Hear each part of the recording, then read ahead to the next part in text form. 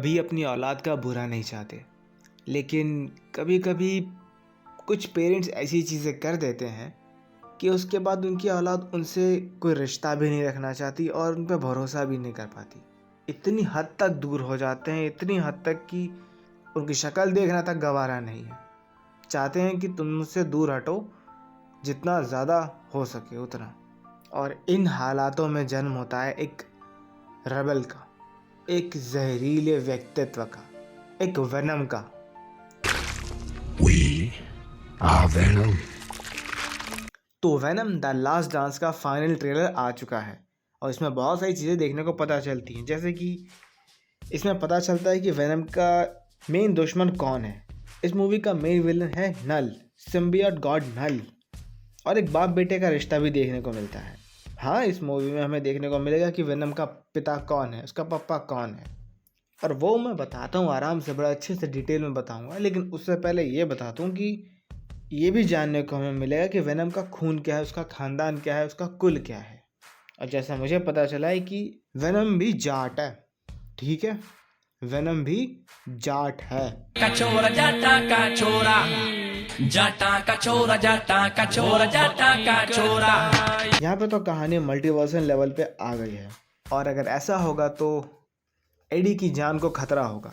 जब एडी ने ग्रेंडाल की जान ली और उसे मार के फेंक दिया तो नल उसके पीछे पड़ गया। और अपना वेनम इस बार नल का प्रेडेसेसर है। तो शायद सबसे फट्टू जाट ये वेनम ही है और सबसे पावरफुल जाट है नल। तो कैसा होगा अगर बाप बेटे की लड़ाई देखने को मिले? शायद द लास्ट डांस में वेनम बन जाए हाइव का लीडर। लेकिन अब आपको ये बात तो पता होगा कि नल कितना पावरफुल है। अगर नहीं पता तो मैं बता देता हूँ। उसने जो सबसे पहला सिम्बियोट बनाया था वो फिजिकली बहुत वीक था। तो उसने एक सेलेस्टियल को उस सिम्बियोट के थ्रू मारा और उस सेलेस्टियल की आग से एक तलवार बनाई जिसे कहते हैं नेक्रोसॉर्ड, द गॉड डिस्ट्रॉयर। इस तरह की चीज़ों पे उसका नाम रखा गया है। और सिम्बियोट्स किस तरीके से अपने आप को म्यूटेट करते हैं, अपने आप को इवॉल्व करते हैं, वो हमें देखने को मिला है कार्नेज में। जैसे कि सिम्बियोट्स अपने आप को इस तरीके से इवॉल्व करते हैं कि अपने प्रेडेसेसर को पहले बाहर भेजते हैं, वो इवॉल्व होता है, फिर उसे कंज्यूम कर लेते हैं और वो खुद इवॉल्व हो जाते हैं उसके बराबर या फिर उससे आगे। तो अपने वेनम ने अपने एक प्रेडेसेसर को कंज्यूम कर लिया है जो है कार्नेज।